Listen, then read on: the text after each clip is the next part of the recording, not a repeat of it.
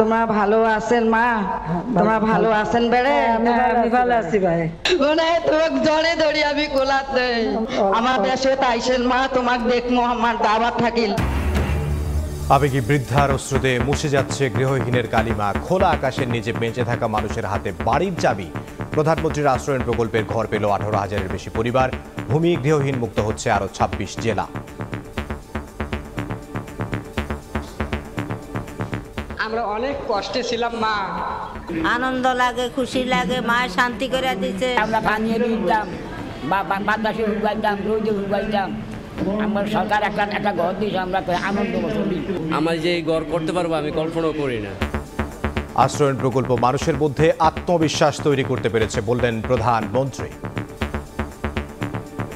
গত কয়েকদিন আগে যে ঘূর্ণিঝড় জলোচ্ছ্বাস হয়ে গেল, যেগুলি সম্পূর্ণ ক্ষতিগ্রস্ত, তাদেরকে আমরা ঘর তৈরি করে দেব। কোনো মতেই বাংলাদেশের জনগণ কোথাও থেকে পিছিয়ে থাকবে না, সেটাই আমাদের কথা। দেখছিলেন প্রধান শিরোনাম। দুপুরের সময় সঙ্গে আছে আমি ইমদাদুল হক। এবার অন্যান্য শীর্ষ সংবাদ। হঠাৎ ডায়রিয়ার প্রকোপ, রাজধানী সহ বিভিন্ন স্থানে বাড়ছে রোগী। আইসিডিডিআরবিতে স্বাভাবিকের 3 গুণ। পানির লাইনের সঙ্গে মিলছে সোয়ারেজ, বলছেন চিকিৎসক। ভূ রাজনৈতিক কারণেই চীন ও ভারতের কাছে গুরুত্ব বেড়েছে তিস্তার। বিনিয়োগে আগ্রহী দুদেশের দ্বন্দ্বে মহাপরিকল্পনা বাধাগ্রস্তের শঙ্কা। দ্রুত চুক্তি চান বিশ্লেষকরা।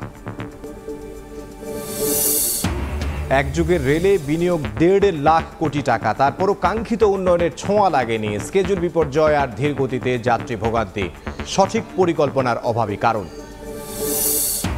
এবং সারা দেশে হাটে আসতে শুরু করেছে কোরবানির পশু। জমেনি বেচা কেনা, ক্রেতা আসছেন বাজার দর যাচাই করতে।